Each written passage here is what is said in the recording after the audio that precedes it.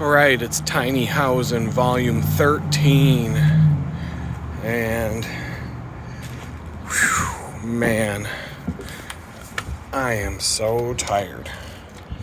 So tired. Oh, my place feels trashed. And I feel trashed. Oh, this is what happens when you're pushed to the limit. Muddy floor. This is basically like Scotch tape. It's like black rolls of Scotch tape on the floor. It peels right up. If you look really close, you could see a bunch of Gorilla duct tape patches there. I gotta get some throw rugs or something. People like this one interior decorator is always leaving comments about the exposed ceiling and the crapper over there and all. Yeah, I signed a 6-month lease, dude. It's like I'm camping. Think of this tiny house as an elaborate tent. You know, the kind of tent that Julius Caesar would have lived in when he was on a campaign fighting the barbarians somewhere. He may have had a curtain to cover up his poop chair or whatever, but, he didn't have the internet either. So, just think about it like that. I'm not that focused on interior design for a place that I'm hoping to be gone from in 5.5 months.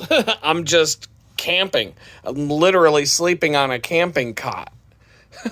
So, with a nice memory foam pad. And I am definitely glad I sprang for the full memory foam pad versus the pad that had a sliver of memory foam with some other Now, this thing's actually pretty comfortable.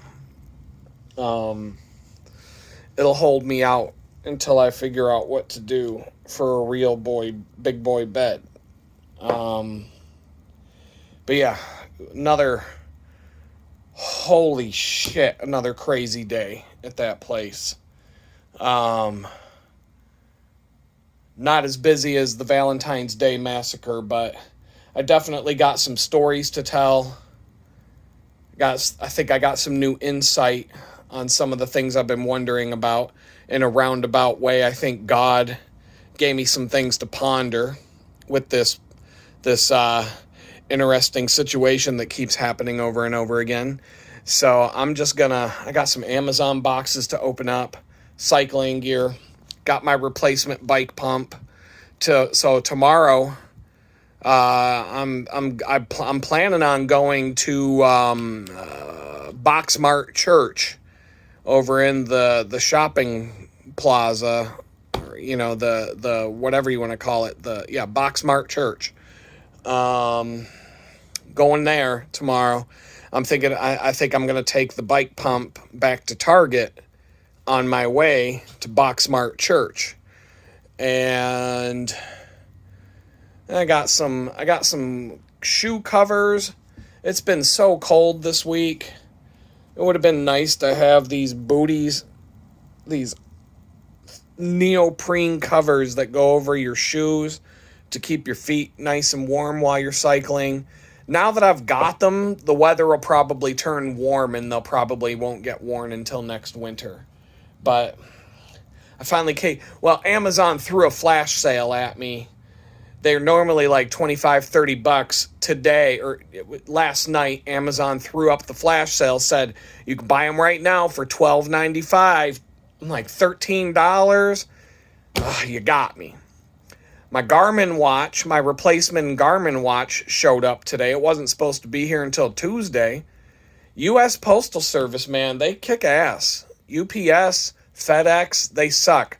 I always have good results. United States Postal Service, the tracking number said it would be here Tuesday. Boom, it shows up today. 3 days early. UPS ain't showing up 3 days early with their deliveries, I can tell you that. I got something else for the bicycling. I ordered a bunch of bicycling stuff that I needed. I don't even remember what the other thing is.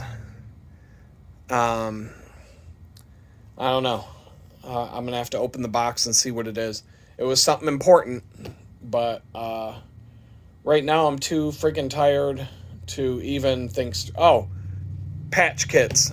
That's a big box for a couple of patch kits. That's kind of funny. Um, that's really funny if that's what's in that box. That is a huge box for two little patch kits. All right, well, it is what it is. They waste a lot of cardboard at Amazon, that's for sure. Um, Anyhow, gotta get the. Not doing anything. Not doing anything tonight. Oh, man.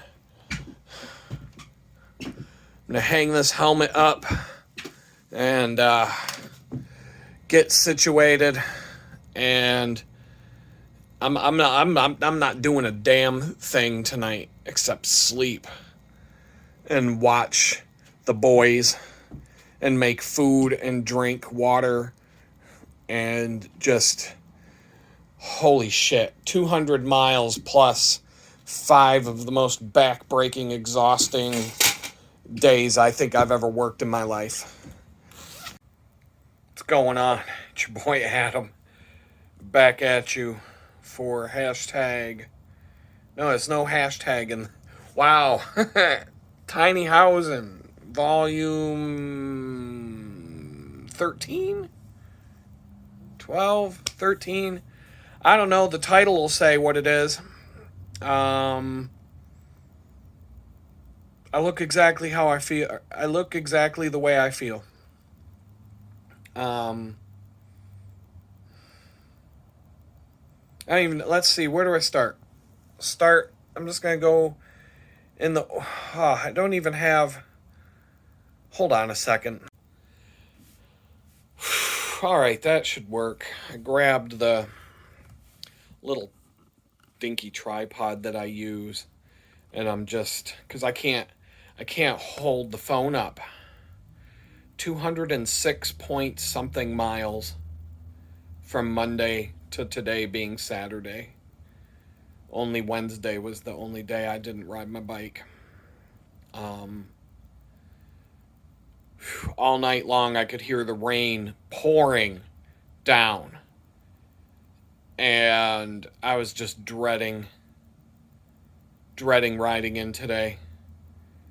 But you gotta do what you gotta do.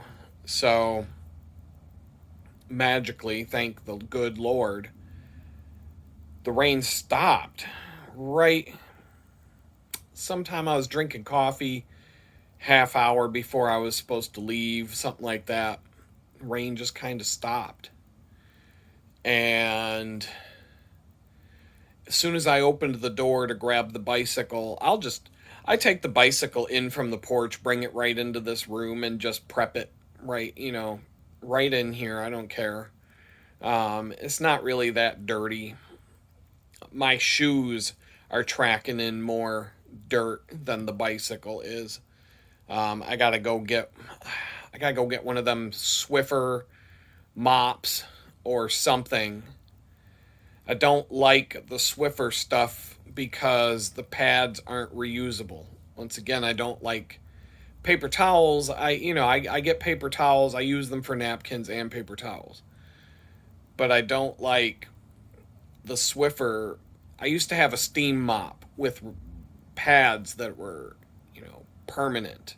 And because when you buy things like that, it's only a matter of time before the stores and every place else stops selling the pads for something like that.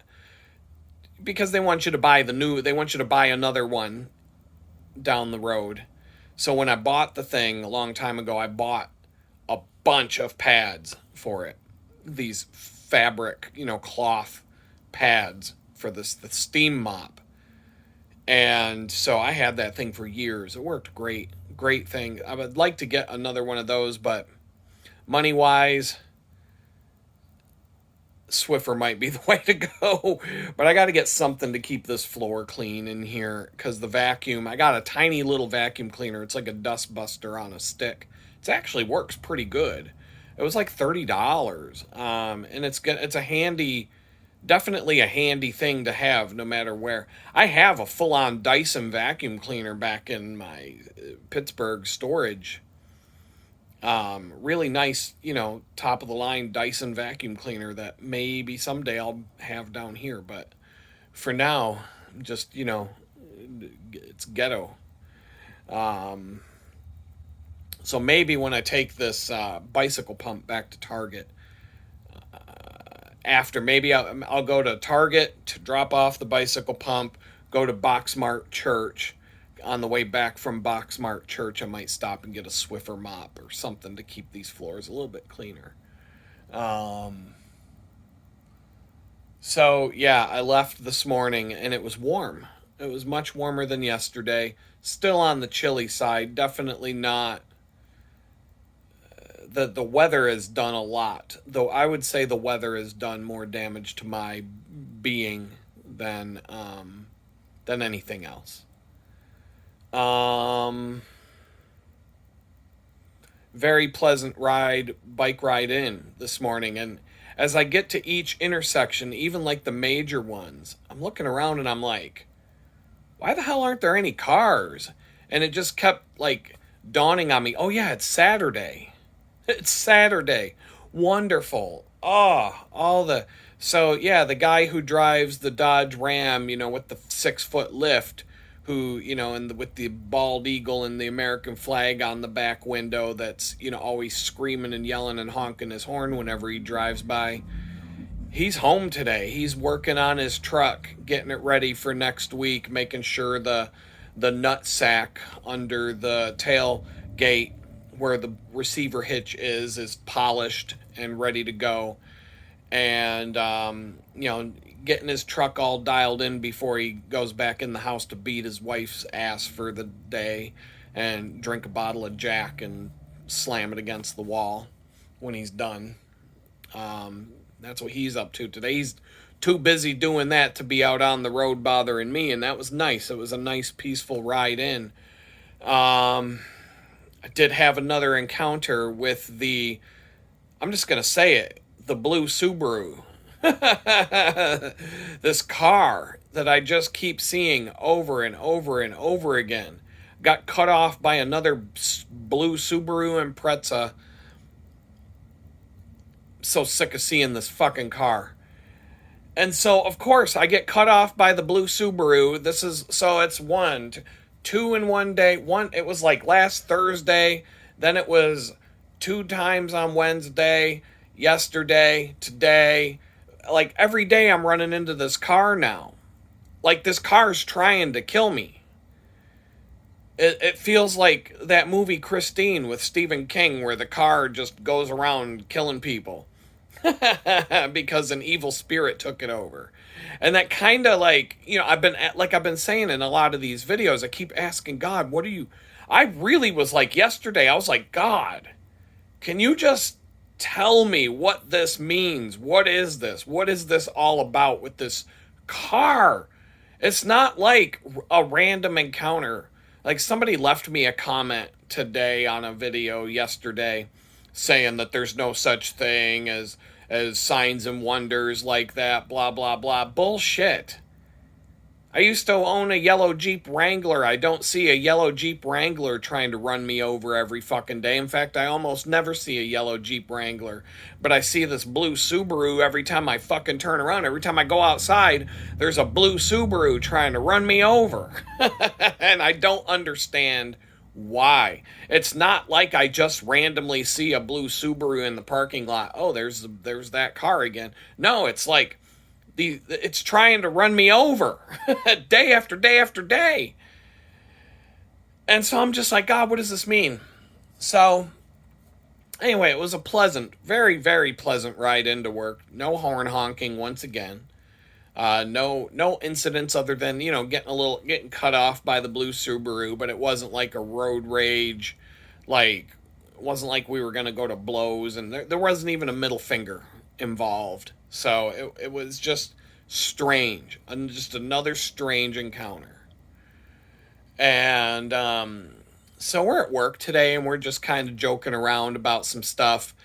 And this story isn't worth telling because it's more like an inside joke. And we were just kind of joking around about something, and I said, well, you don't want to do that because I said the Bible says you're not supposed to dabble in witchcraft. And everybody just starts laughing hysterically because it was a joke about somebody made a joke about something like we should have somebody I'll share it. Why not? When we there's certain ways that we make the cookies. Um, and there's one style of making a cookie ball would be that would before you're about to bake it that's more handcrafted, and every single person who works there, you can tell who made these cookies just by looking at them. Like mine are absolutely perfect. So, if you see a tray of absolutely perfectly crafted cookies, they're Adam. This one girl that I work with, she has a very distinct style. You can look at a tray of cookies about to go in the oven and say, oh, yeah, that's her. Definitely her. And there's other people. And then there's new people. These are hard. These are actual, it takes some time to figure out how to do this particular type of cookie balling. And so that when there's new people, you can look at a tray of cookies and be like, oh yeah, that's the new guy. I was there. I was the new guy. My cookies sucked the first couple of weeks in, but I got my game on point. I'm definitely slower than some of the other people, but I go for, you can have good, fast, and cheap, but you only get to pick two. I always put good in the mix, so it may not be fast, but it's going to be good. But anyway, somebody made a joke about how we should have somebody come in and read the cookies and see what it says about each individual person. And I made a joke. I said, but the Bible says you're not supposed to dabble in witchcraft. It's like somebody coming in doing like palm readings or something. It was just a joke. We all got a good laugh. And then that triggered the joke, and the whole thing around it triggered a thought process in my mind. And I'm like, wait a minute. It reminded me of a story about a voodoo doll. And I will share that story here in a minute. There's I have a crate. You're definitely not supposed to dabble in witchcraft. I used to read this horoscope, and I call it a horoscope because I don't want to go on I don't want to tell 20 stories and go on all these tangents. But the short version of this story is, I was going through some stuff back in the day, and this girl, a girlfriend of a friend of mine, she tells me, she goes, well, that's because Neptune is in Venus's astral projection or whatever I don't even know what she said, but I'm like, what the hell are you talking about? She's like, you need to read this horoscope, this woman who has this very famous astrologer. And the problem is I went and read it, and it was crazy how accurate this horoscope was. So accurate, it was mind-blowingly accurate. It basically said you are going to meet somebody on such and such date, and this is going to happen, and that's going to happen, and then on this date. And it wasn't like just general crap that you'd read in the... No, these were like very specific things, like very, very, very specific. And I'm like, how does it... First of all, I'm thinking, how is this so accurate when it comes to my life? It was scary accurate. I'm not going to get into the details because this is going to take me too far off the beaten path. Maybe that's a story for another video, because it was crazy. I can remember a lot of these details, but I also couldn't help wonder, how does this apply to everybody who's a Libra? And so I would read this, it got me hooked on this woman's horoscope, and sure enough, month after month after month, like these things would just be so super, super accurate. It was just mind-blowing. And I got, and it didn't lead, it's one of those things that I also drifted away from God over a period of time. And I'm not saying it was the horoscope lady's fault, but it was one of those. It was a contributing factor. I remember, this freaking this horoscope #1. It's paragraphs long. It's like a 15-minute read. She puts it out in the beginning of every month, and it's like a 15-20 minute read. This isn't like a little paragraph in the newspaper. This is like deep crap goes on. It's like pages worth of text every month. It's crazy. And so I actually kept a separate Google Calendar where I would put in all the things that she said was going to happen. And it wasn't like I didn't live my life according to this horoscope and plan my life around it. But I did pay attention when things would happen and then go and look at this calendar, and it was just weird how things would line up. And all I could say is that it was a contributing factor, small contributing factor in my slow drift away from going to church and reading the Word of God and actually, paying attention to what God had for me and just kind of being like, okay, God, I got this. I can take it from here. And just drifted away, stopped going to church, all that kind of stuff. Over a period of, 10, 15 years, that's what led to me being a hermit, living out in Amish country, being angry at everything going on with the government, especially after 2020, and getting to a point where I lashed out verbally to the point where the FBI drove a tank into my fucking house. Over words on a social media post, but regardless, it shouldn't have been said. And the horoscope dabbling in witchcraft was a very small contributing factor, but it was a contributing factor. And to this day, since I won't look at it, I get curious sometimes. I wonder what. No, don't go read it. I won't read it. I don't care. It's not that important to me. I don't want to get sucked into the stupid thing again. So I haven't read it since the day I came home from prison. Been a couple of times where I was curious because I sit in front of the internet a lot. When I'm home working on my freelance work, when I'm home, I'm in front of a computer most of the time. So it would be very easy to just, what's going on? No, don't go. Don't look at it. And don't buy a voodoo doll when you're in New Orleans. That is a very, very, very strong suggestion that I'm going to make, and I got a story to share with you about that. But all this talk about the witchcraft and the voodoo dolls, and the reminder of a story that I have for you about a voodoo doll got me thinking, and I'm like, what if this blue Subaru that shows up every day trying to run me over is not a sign from God, but maybe this is Satan's doing?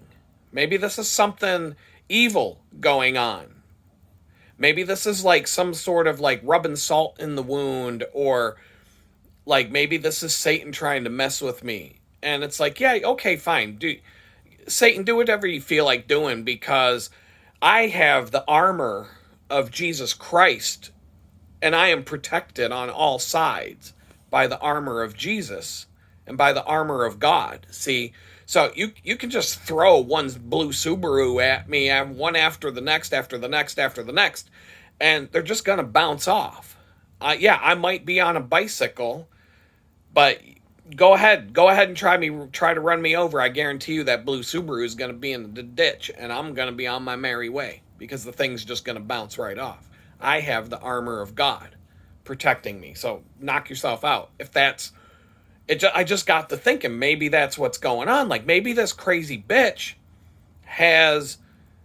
maybe she got a voodoo blue Subaru to use against me somehow. Maybe she got a little like Matchbox car or a little model of her blue Subaru, and maybe she kept like a memento of mine, like a pair of my old underwear or something like that, and just for an old keepsake. And maybe she like rubbed it on the voodoo blue Subaru and cast a fucking witchcraft. Maybe she got into witchcraft. I wouldn't be surprised. She it's the next step when you're that evil. And maybe she did that. Maybe she cast a spell on a Voodoo blue Subaru, and maybe that's why these things keep showing up every day.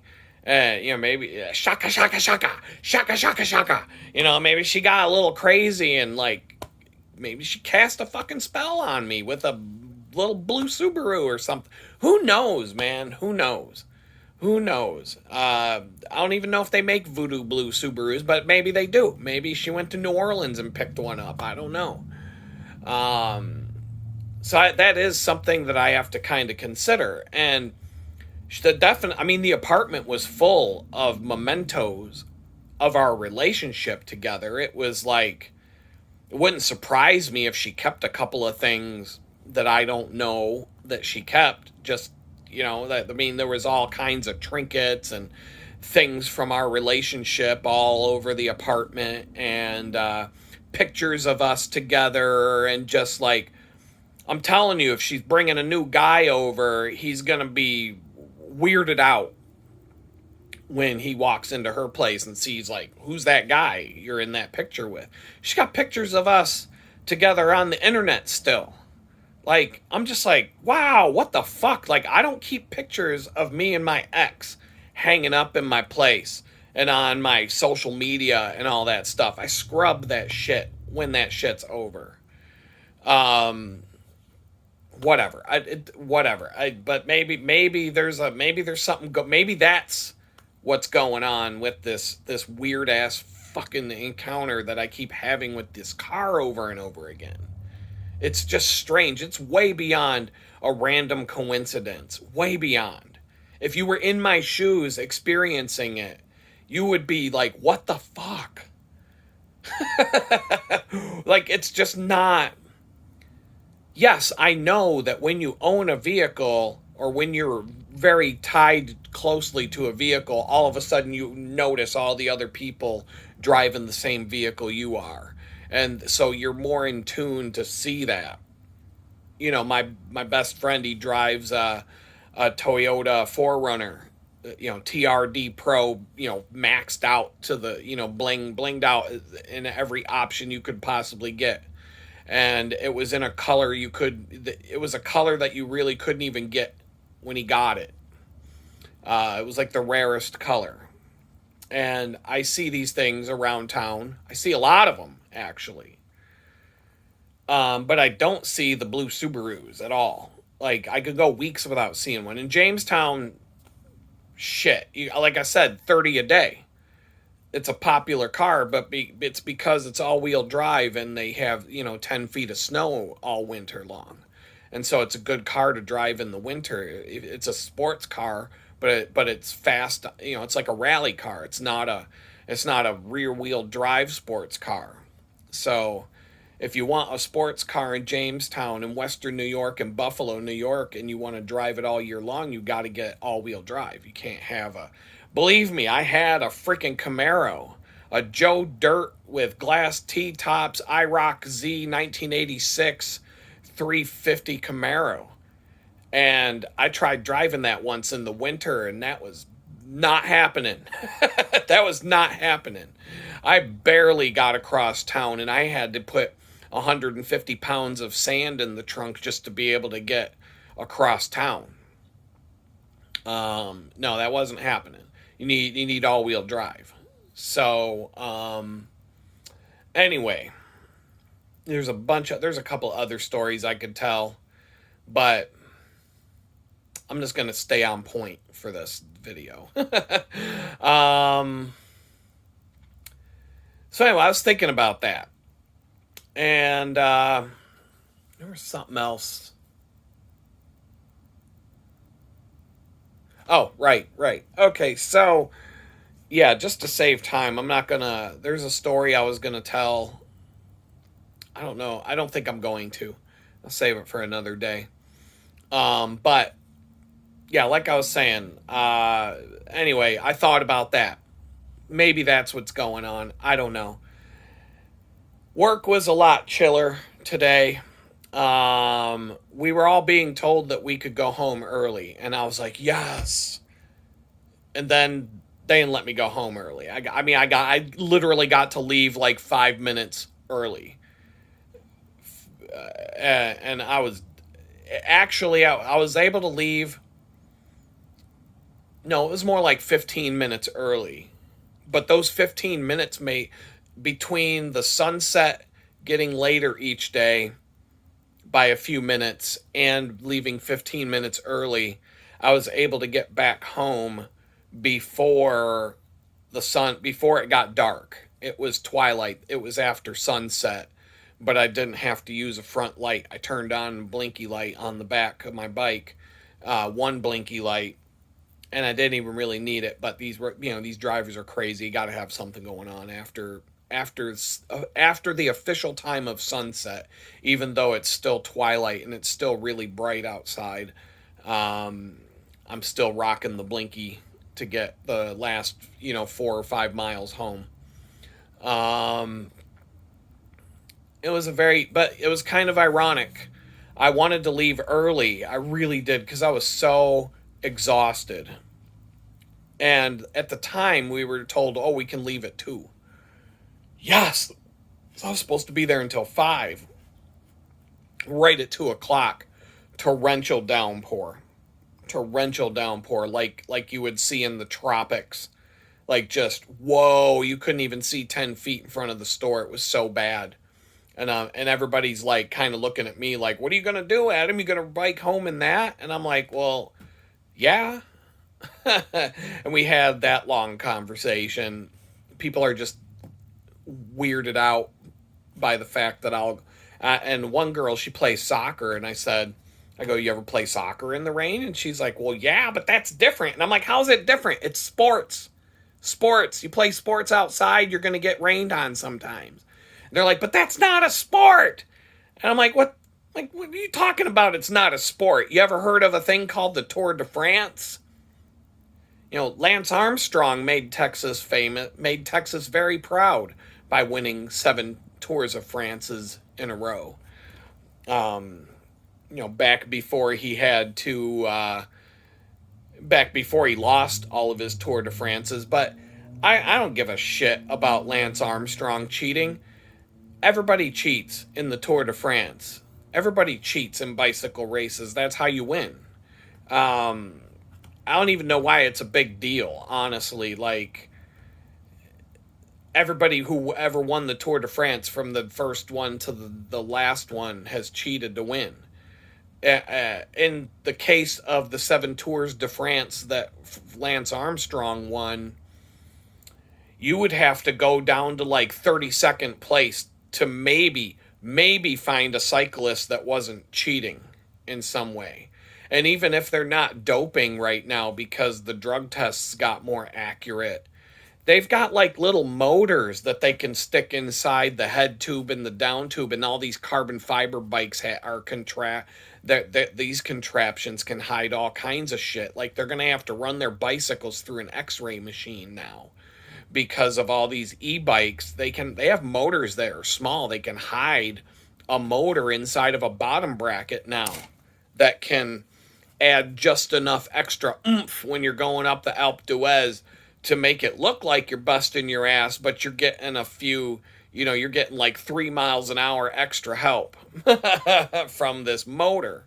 There's all, fuck, man, think about it. And here's the thing, like, people like, "Oh, cheaters never win. Cheaters never win. You can't be successful." Bullshit. So, yeah, Lance Armstrong, he cheated. Big fucking deal. Like I said, in the years that he won the Tour de France, you would have to go down to like maybe the 35th place racer to find one who might not have cheated. Like the guy, there's always a guy on the cycling team. He's called the domestique, and it's a fancy word for water bottle bitch. It's basically a guy on the team who rides with the team. He's part of the race, but his job is to carry all the fucking water bottles and the food and stuff and pass it out to all the leaders and the other people on the team. So Lance Armstrong will have a group of people that are basically his bitches. They're supposed to get in front of him when they're going down the flats. so that he can draft behind them, and so that they use all of their energy fighting the wind, and Lance just kind of sits at the back saving all his energy until they get to the end, and then it's an all-out sprint to the finish, and he's got fresh legs because his bitches were in front of him blocking the wind. Well, one or two of those bitches that block the wind is also the water bottle bitch and the food bitch and the, you know, if it's cold out and the bitch has to go back to the mechanic car that follows the race and get a bunch of jackets from, and then ride up back through the race handing out the jackets to all the team members, and you're basically just a water boy on wheels. And so that might be the guy who actually won the Tour de France, because that might be the only guy on the team that didn't do drugs or didn't do the doping or cheat in some way, shape, or form. And here's the thing, it's like, okay, yeah, Lance Armstrong, he got caught cheating. He had to send back all of his yellow jerseys, and he had to pay for the postage because U.S. Postal was no longer sponsoring him after they found out he was cheating. So he had to pay his own postage to send the yellow jerseys back. But, the point is, the dude's got the money. How long ago did Lance Armstrong get caught cheating? Okay, well, to my knowledge, to this very day, Lance Armstrong is still kicking it in a mansion on a lake shore somewhere in Texas, I think. He's still kicking it in his mansion on the lake shore with millions of dollars in the bank. He's out there banging porn stars. He's out there doing whatever the hell he wants. He never has to work another day in his life. That dude was banging Sheryl Crow. He banged one of the Olsen twins, for crying out loud. Maybe he banged both of them. I don't know. I don't keep that big of tabs on him. Maybe he banged both of them and he didn't even know. Maybe Mary Kate and Ashley got together one day and Mary Kate was like, you know what? I want to bang your boyfriend. I want to try him. I want to try out some Lance. Can I just pretend to be you tomorrow? Oh, yeah, that would be fun. Because, identical twins do shit like that. Maybe he banged both of the Olsen's twins and he didn't even know he did it. Maybe he got duped. But that's the life that Lance Armstrong is living, even after he got caught cheating and he lost all of his yellow jerseys and all of his awards. So don't tell me that cheaters never win. If I could cheat my way to winning the Tour de France, I'd still be sitting in a fucking mansion, drinking expensive booze and, doing whatever the fuck I want for the rest of my life. Yeah, okay, so yeah, he had to go on Oprah and be like, I'm sorry, and do the whole apology tour. And, he's still living large. He's still living large. He's still got all that money in the bank. He ain't got no problems. I think he owns bicycle shops. I wouldn't even be embarrassed. I mean, like I said, every single rider who ever won the Tour de France cheated to get that yellow jersey. And so they may as well just stop with this whole trying to stop the cheating and just turn it into a game to see who can cheat the best. I mean, that would be more fun to watch, actually. Like, somebody's heart explodes on the climb. Well, he died doing what he loves. Shit, if I could inject some sort of drug to make me strong enough to go race against these roid-raging cyclists in the Tour de France, I'd do it right now. Maybe I could cheat my way into being the oldest guy to ever win the Tour de France at 50 years old. Look at that. Look at Adam. Holy shit, how the hell did he get so fast going up that hill? And if my heart explodes because of some experimental drug, all right, fuck it. We all die. We're all going to go. At least you can say, well, he died doing what he loved. I mean, I watched both of my parents die of pancreatic cancer laying in a fucking hospice bed waiting for their last day. If I had to choose between my heart explodes in the Tour de France because I was cheating and injecting all kinds of weird shit into my body to try and win, or laying in a fucking hospice bed with cancer for 6 months, I've made my choice. Tour de France it is. So fuck it, man. It's why Formula One is so boring now. Back in the day, Formula One racing, you could show up with any old fucking jalopy that you could throw together and drive on a racetrack. They didn't give a fuck. Like some dude shows up to the race, he's got a car with 6 wheels. What? And so like it means a shitty driver could actually win a race because he's got the better car. Or the best driver could have the crappiest car and still win all the races because he's that good of a driver. Like Ayrton Senna could win race after race after race. It didn't matter what car you put the guy in, he's going to figure out how to beat everybody. You put him in the shittiest car on the track and he'll still win. It was exciting to watch that crap back in the day. But now it's so many regulations that every car is exactly the same, and then the people that run Formula One are like, okay, we're gonna get rid of all these really fast, really loud V10 engines, and we're just gonna put a lawnmower engine in with a turbo that's really quiet, and so it's just like, instead of like now it's like meow meow meow when they pass. Like, it's so boring to watch. And then they put this thing around the cockpit with a big bar right in front of the person's face that's driving the car. So imagine driving your car and you've got a freaking bar sticking right in the middle of your windshield, right in between your eyes when you're trying to focus and drive down the road. How batshit crazy would that make you, trying to drive a car to work with a freaking bar in front of your face the whole time, let alone going 220 miles an hour around a racetrack, for crying out loud. Like, they have turned that sport into honestly, it's more exciting to watch golf than a Formula One race, because every Formula One race now is the same. The cars are all the same. They're all identical now. And they're toned down. They're not loud. They're not even dangerous. I mean, you hardly ever see crashes anymore. And it's the same thing every week. It's like, oh, Max Verstappen takes the pole, takes the lead. Oh, it's Max Verstappen wins again at the welcome to Monaco with Max Verstappen. And it's always the same fucking race. And it's gotten, like, I'd rather watch golf at this point. And that's kind of what's happening with cycling. It's getting boring, because, like, if they can't cheat, like, who cares anymore? Who cares anymore? So anyway, that was cycling talk for the day. And so, yeah, I'm kind of wondering, I had a good ride. I had a pretty good bicycle ride home. It was peaceful. I did come up to the park where the bicycle trail starts, and there was this big, heavy gate closed, big stop signs, like this whole chain link gate was completely shut. And I'm like, get out of here. And I'm like, I was like, I will climb over this fence with my bicycle if I have to, because there is absolutely no way I'm turning around and navigating a different way home than this bicycle trail. Like, screw it.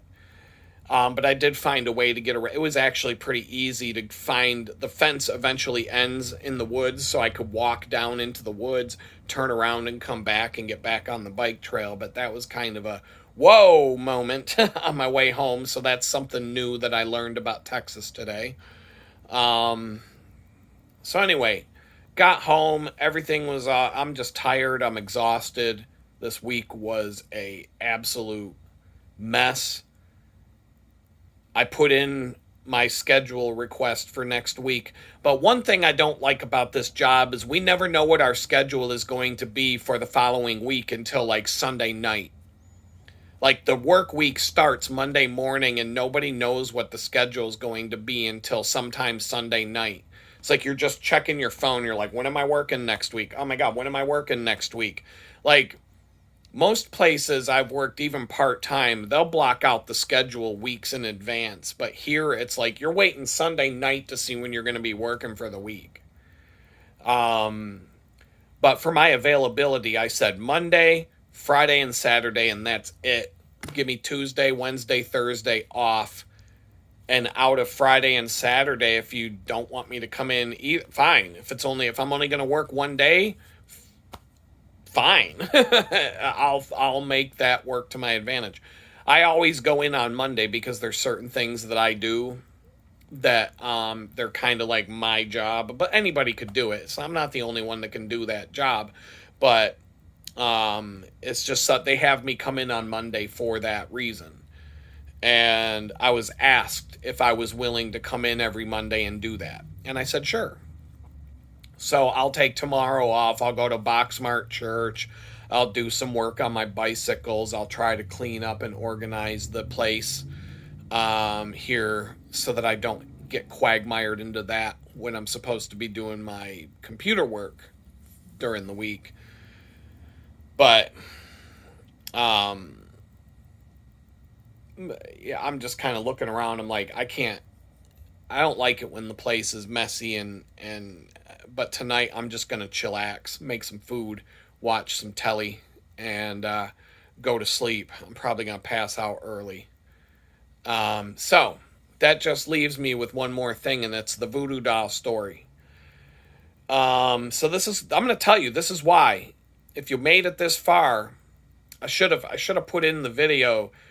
Be sure to watch because you're gonna want to hear this story. This is crazy shit. So I had a girlfriend a while back, years ago. She worked at a company, and there was a girl. She had some friends at this company that she would hang out with outside of work and whatnot. Well, anyway, this one girl who worked there, she went to New Orleans for Mardi Gras, party time. Took some time off from work, went to New Orleans for Mardi Gras, and while she was there at Mardi Gras, she went to Mama Yaga's voodoo doll emporium or whatever, and she got herself a voodoo doll. And she brought it back home. And she brought it to work, and there was this woman that was the head of the department at work who she couldn't stand. And I guess from what I understand, she was kind of like hard to get along with, kind of like nobody really liked working for her. So anyway, this girl who had the voodoo doll, she goes, let's use it on her. So they followed all the directions and everything that you're supposed to do. And like literally they were in her office, and they found a piece of her hair on the back of her chair. And that was like they had to use something from the woman on the doll. So they found a piece of hair on the back of the woman's chair, and they attached it to the voodoo doll, and they did all the stuff that they were supposed to do with the voodoo doll. And then they just kind of haha, that was funny, blah, blah, blah. Well, a few weeks go by, and all of a sudden, this woman who's the head of the department goes missing for a while. She's just MIA. She's not coming into the office, and she's out of the office for 3 weeks. And when she came back to the office, she made an announcement to the entire department, probably the entire company, that she had very little time left to live. She all of a sudden contracted a severe bout of cancer, and they were giving her weeks to live. And something 3 to 6 weeks later, she was dead. And so after the woman died, the woman who used the voodoo doll on this woman, who put the piece of hair on it and did did the dance and the spell, whatever. I don't know. I don't know if they come with an instruction book or whatever. I've never had one. But she ended up getting promoted to become the head of the department at her job.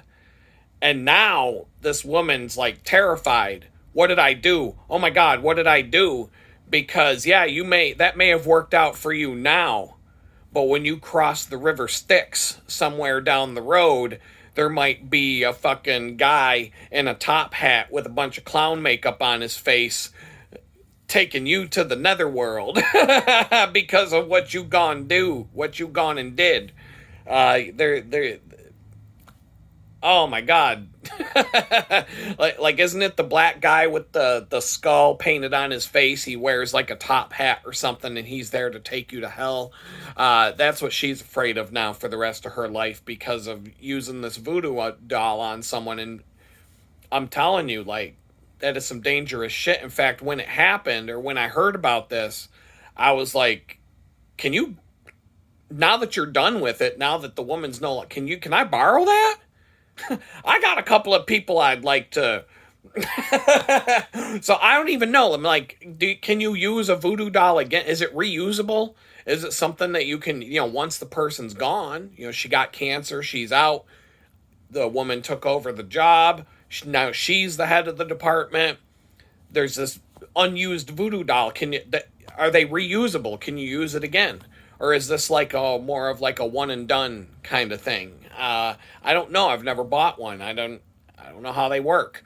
But I was just like, I joked. I was jokingly saying, hey, can I borrow that? I want to, there's a couple of people I want to stick some needles in. I want to see what happens. But no. In fact, when I made that joke, it didn't go over very well. And I'm like, come on, you're the one that killed someone with a voodoo doll, for crying out loud.